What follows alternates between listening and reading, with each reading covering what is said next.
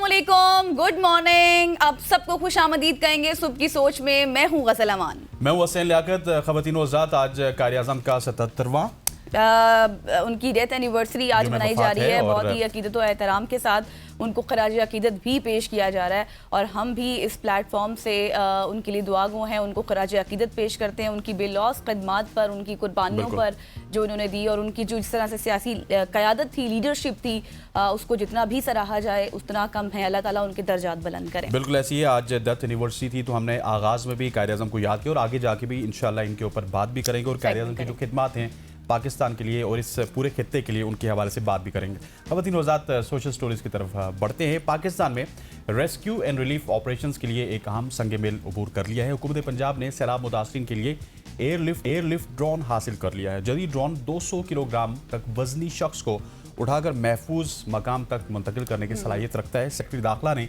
सैलाब में फंसे अफराद को रेस्क्यू करने के लिए जदीद एयरलिफ्ट ड्रोन मुल्तान भिजवाने की हिदायत की है। जनूबी पंजाब भिजवाने से कल लाहौर में सिविल डिफेंस ने ड्रोन की टेस्ट फ्लाइट्स मुकम्मल की हैं।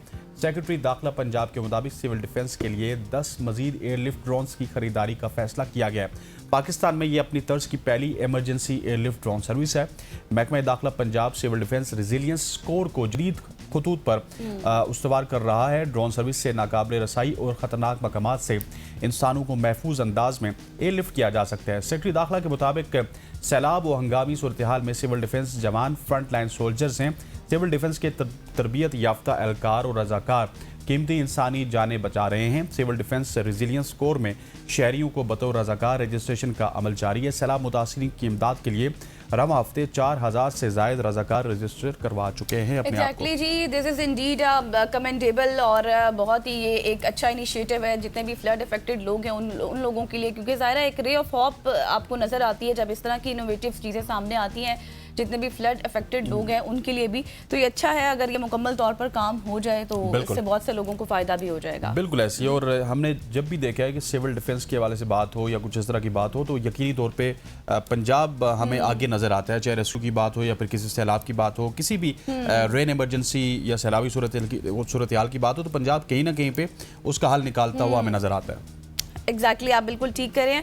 और जी, अब ये जितनी सूरत हाल बेहतर होती जाएगी उतना ही हमें भी, क्योंकि हम इस तरह की कहानियाँ, इस तरह की स्टोरीज देख रहे हैं कि अफसोस हो रहा है। आगे चलकर भी इस पर बात करेंगे, लेकिन खैर सबसे पहले आगे बढ़ते हैं। आगे बढ़कर आपको बताते हैं कुछ एक अच्छी सी कहानी भी हमारे पास आज बहुत सारी है, बहुत सारी स्टोरीज एग्जैक्टली आज बहुत सारी स्टोरीज गलती नहीं करूंगा जी। और गिरफ्तारी लाहौर के इलाके मैंने नहीं किया था।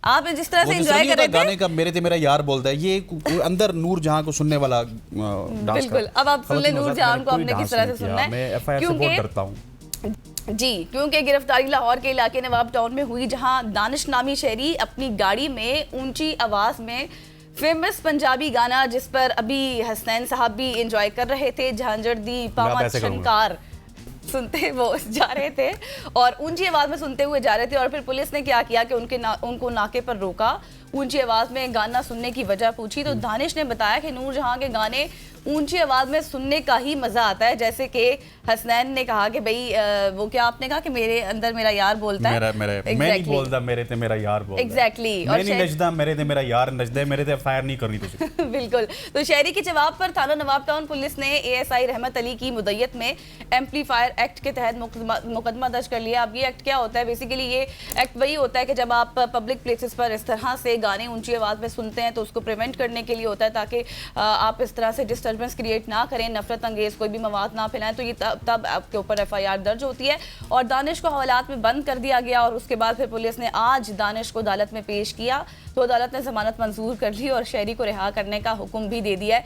ये वजह थी कि मैं आपको मना कर रही थी क्योंकि मैं अकेले शो नहीं करना चाहती। मुझे वैसे गुस्सा आ गया था कि शो छोड़ के उठ के जाएंगे तो मैं किस तरह से गुस्से में अपना शो कंटिन्यू करूंगा। लेकिन ये जो दानिश है ना, इन्होंने झांझर दी पावत छनकार तो बजाया, लेकिन छनकार उनकी अपनी बज गई के बेचारों को हवालात का सामना करना पड़ा। और फाइनली मेरे ख्याल जज साहब उनमें सैनिटी प्रिवेल कर रही थी तो उन्होंने उनको कहा कि ठीक है, इनको रिहा कर दें, इनको जमानत पे रिहा कर दें। तो ऐसे बहुत सारे काम हो रहे हैं। अच्छा ख़वातीन वज़ात आगे बढ़ते हैं और आगे बढ़ते हुए गज़ल आईफोन 17 के हवाले से तो आपने जाना होगा, वो क्योंकि कल ही आया है, लेकिन मैं आपको एक स्टेप पीछे लेके जाता हूँ और 16 के हवाले से बताता हूँ जो कि प्रॉब्लम्स करना स्टार्ट हो चुके और पाकिस्तान में इस हवाले से बहुत ज़्यादा तशवीश पाई जा रही है। पाकिस्तान में एप्पल की नई आईफोन 16 सीरीज़ खरीदने वाले सारिफीन शदीद मायूसी और गुस्से का शिकार हैं। लाखों रुपए खर्च करके पीटीएम मंजूर शुदा डिवाइस खरीदने वालों ने इंकशाफ किया है कि फ़ोन्स में ऐसी खराबी सामने आई है कि जो रोज़मर्रा इस्तेमाल के को नामुमकिन बना रही है। और बदतरीन बात यह है कि मसला वारंटी में भी कवर नहीं हो रहा। सारिफीन के मुताबिक आईफोन 16 प्रो मैक्स समेत दीगर मॉडल्स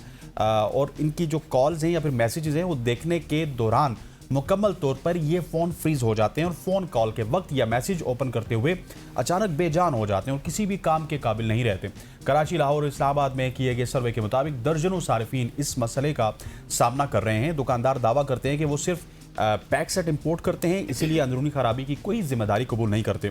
और पाकिस्तान में एप्पल की अगर ऑफिशियल डिस्ट्रीब्यूटर की बात की जाए मर्केंटाइल, उन्होंने भी सारिफीन को मायूस कर दिया और कंपनी सारिफीन को बार बार फैक्ट्री रिसर्च का मशवरा दे दिया और फिर कहते हैं कि एप्पल हेल्पलाइन से रब्ता करें। जबकि पाकिस्तान में एप्पल की कोई बाज़ाब्ता मौजूदगी ना होने के बायस ये सहूलत बेफ़ायदा है। और ये मसला सिर्फ पाकिस्तान तक महदूद नहीं बल्कि बैरून मुल्क भी सारिफीन ने इसी खराबी की शिकायत की। लेकिन गज़ल पाकिस्तान में इस वजह से गंभीर मसला है कि पाकिस्तान में एप्पल को ऑफिशियली कोई रिप्रेजेंट ही नहीं करता और ना ही उनका यहाँ पे कोई सर्विस सेंटर है। एग्जैक्टली लेकिन देखिए ये 16 प्रो मैक्स के हवाले से ना पहले भी बातें हो रही थी। इसकी स्क्रीन जो है वो खुद ब खुद चलती थी, रिस्पॉन्ड नहीं करती थी, फिर बंद हो जाना और एक दिन में 8 से 10 बार तो रीस्टार्ट करना पड़ता था इस फ़ोन को। ज़ाहिर है इतना महंगा फ़ोन लेने के बाद फिर जब इस तरह के मसाइल होंगे तो सब ही डिसअपॉइंट हो जाएंगे इस तरह से। और अभी तो जिस तरह आप 17 की बात कर रहे थे, अब देखना है कि उसमें कितने फ्लॉज सामने आते हैं, क्योंकि ये सीरीज़ तो अब आगे चल दी जाएंगी। लेकिन इस हवाले से एप्पल ने क्या काम किया है वो इस मसले को देख रहा है और उन्होंने iOS 18.1 को भी अपडेट कर दिया ताकि जितनी भी ये अनएक्सपेक्टेड चीज़ें हैं उनको ख़त्म किया जा सके। लेट्स सी कि अब कितना ये इसमें अच्छी साबित होती हैं। आगे बढ़ते हैं और आपको बताते हैं जिन लोगों के घुटने में ज़्यादा दर्द होता है, ख़वातीन के, मर्दों के, उनके लिए ये स्टोरी है वो देख लें, क्योंकि घुटने के दर्द में मुब्तला खातून की टांग में सोने की तार बरामद हुई है। और ये इस वक्त जो पिक्चर्स आप देख रहे हैं स्क्रीन पर, एक 65 साला खातून के घुटने के एक्सरे की है, जिसमें देखा जा सकता है कि घुटने के गिर्द सैकड़ों छोटे सोने के तार मौजूद हैं। और जनूबी कोरिया से उन खातून का ताल्लुक था जो कि 65 साला खातून थी। उन्होंने वो जिस बीमारी का शिकार थी, घुटनों की बीमारी का शिकार थी, और फिर उसके बाद क्या हुआ कि उनकी वो जिस तकलीफ में मुब्तला थी उनका इब्तदाई इलाज भी हुआ। इब्तदाई इलाज के तौर पर दर्द कम करने वाली उन्होंने बहुत सारी दवाएं भी हासिल की, वो भी इस्तेमाल की, लेकिन या तो ज़ाहिर है फिर वो असर ना की होंगी या फिर उनको इस तरह से बदहज़मी जिसे कह देते हैं, हैज़ा कह देते हैं, उस तरह की अलामात की वजह से उन्होंने अपनी अद्वियात भी बंद कर दी होंगी। और ख़ातून ने तकलीफ़ कम करने के लिए हफ्तावार बाद में कई बार हफ्ते में इको पंचर शुरू किया, ख़ास तौर पर जब दर्द बहुत ज़्यादा हो गया था। और उसके बाद क्या हुआ कि ख़वातीन ने घुटने का एक्सरे कराया, जो चीज़ सामने आई वो घुटने के अंदर सोने की इंतहाई बारीक तारें थी। कैन यू इमेजिन कि घुटने के अंदर कितना अमीर होगा जिसके अंदर सोने की तारें हैं। घुटना अमीर होगा, बिल्कुल। दरअसल ये तार इको पंचर के दौरान बाकायदा तरीके से अंदर छोड़ दिए गए थे ताकि जिस्मानी जितनी भी आपको पता है कि स्टिमुलेशंस होती हैं उनका असर बरकरार रहे। और अगरचा ये तरीका कुछ इलाकों में इस्तेमाल भी होता रहा है, लेकिन इसके मौसर होने का कोई मजबूत या फिर आप ये कहें कि साइंसी सबूत नहीं है। और इलाज मौखर करने से मुनासिब तिबी इक़दामात में ताख़ीर भी होती रही है और बीमारी बढ़ सकती है। इसके अलावा ये भी आपको बताएं कि सोने की तार छोड़ने से सिस्ट बन सकते हैं जो छोटे छोटे होते हैं, ये जिस्म में हरकत भी कर सकते हैं और MRI जैसी तस्वीर बनवाने में भी रुकावट या खतरा पैदा कर सकते हैं। बिल्कुल ख़वातीन और हज़रात, इनकी टांग के क्या कहना है। ये अगर पाकिस्तान में ये टांग होती तो इसके अंदर ना सिस्ट बनती ना कोई और मामला होता, बल्कि लोग टांग को उठाते और उठा के भाग जाते क्योंकि उसके अंदर सोने की तारें मौजूद है। और सोना पाकिस्तान में बहुत महंगा, और मैं पिछले दिनों सुन रहा था कि तकरीबन 4 लाख रुपये तोला हो चुका है। ख़वातीन वज़ात आगे बढ़ते हुए एक और बड़ी इंटरेस्टिंग खबर है मेरे पास, लेकिन यह है पाकिस्तान से। सोशल मीडिया पर एक गैर मामूली और दिलचस्प शादी कार्ड ने सारिफीन को अपनी तरफ मबजूल करवाया, सारिफीन की तवज्जो को अपनी तरफ मबजूल करवाया, जिसमें डिजिटल सलामी का मुनफरिद तस्वुर मुतारिफ करवाया गया। कार्ड के मुताबिक शादी की तकरीब 5 सितंबर 2025 को मुनक्किद होगी, जिसके उन्वान के तहत उसका एक उन्वान भी है और जहां शिरकत करने वाले मेहमानों को डिजिटल सलामी पेश करने का पैगाम दिया गया। इस गैर रवायती तर्ज ने शादी कार्ड को रवायती दावतनामों से बिल्कुल मुख्तलिफ बना दिया। जैसे ही ये कार्ड सोशल मीडिया पर सामने आया, सारिफीन ने इसे खूब सराहा और दिलचस्प तबसरे भी किए। कुछ ने इसे जदीद टेक्नोलॉजी का दिलचस्प इस्तेमाल करार दिया, तो कुछ ने इस इस्लाम के नए दौर की सलामी के नए दौर की शुरुआत करार दिया। और कुछ सारिफीन ने मजाक पर लिखा कि अब रवायती लफाफे की जगह मोबाइल फ़ोन या फिर QR कोड को सलामी का जरिया बनाया जाएगा। माहिरीन का कहना है कि इस तरह के तख्लीकी आइडियाज़ पाकिस्तान में शादी की तकरीबात को एक नए रुझान की तरफ ले जा रहे हैं, जहां नौजवान नस्ल मुनफरिद और यादगार तजुर्बात को तरजीह देती है। ये पहला मौका है कि कराची में किसी शादी कार्ड ने डिजिटल सलामी का जिक्र करके इतनी बड़ी तादाद में अवामी रद्द-ए-अमल हासिल किया। और सोशल मीडिया पर वायरल होने वाले इस दावतनामे ने न सिर्फ नौजवान बल्कि बड़ी उम्र के अफराद को भी हैरान किया जो रवायती शादी कल्चर के आदी हैं। अच्छा, मतलब अच्छी बात है, आप QR कोड इस्तेमाल करें, सलामी दे दें। वो न जाने की फिक्र, न आने का गम, न पेट्रोल का खर्चा। ठीक है, आपने जो सलामी देनी है सलामी देनी है, क्योंकि पहले उन्होंने दी थी, अब हमने वापस भी करनी है, तो आप QR कोड से डिजिटल शादी। डिजिटल फिर हम यहाँ पे बैठ के कहेंगे यार मैं गजल की शादी में गया था, या मैं हसनैन की शादी में, या व्हाट्सओवर में सईद की शादी में, अच्छा गए थे, नजर नहीं आए यार, वो QR कोड सलामी दे दी, वो भी कहेगा हाँ मैं भी लाहौर में था, मेरे भी QR पे ही भेजी थी, इसी वजह से आप बात ही खत्म। ये आपको बता दिया आसान सा तरीका, जिनका दिल नहीं करता किसी की शादी पे जाने का, या फिर कोई लड़ाई झगड़ा या कुछ भी समथिंग एल्स कुछ भी हो सकता है, तो आप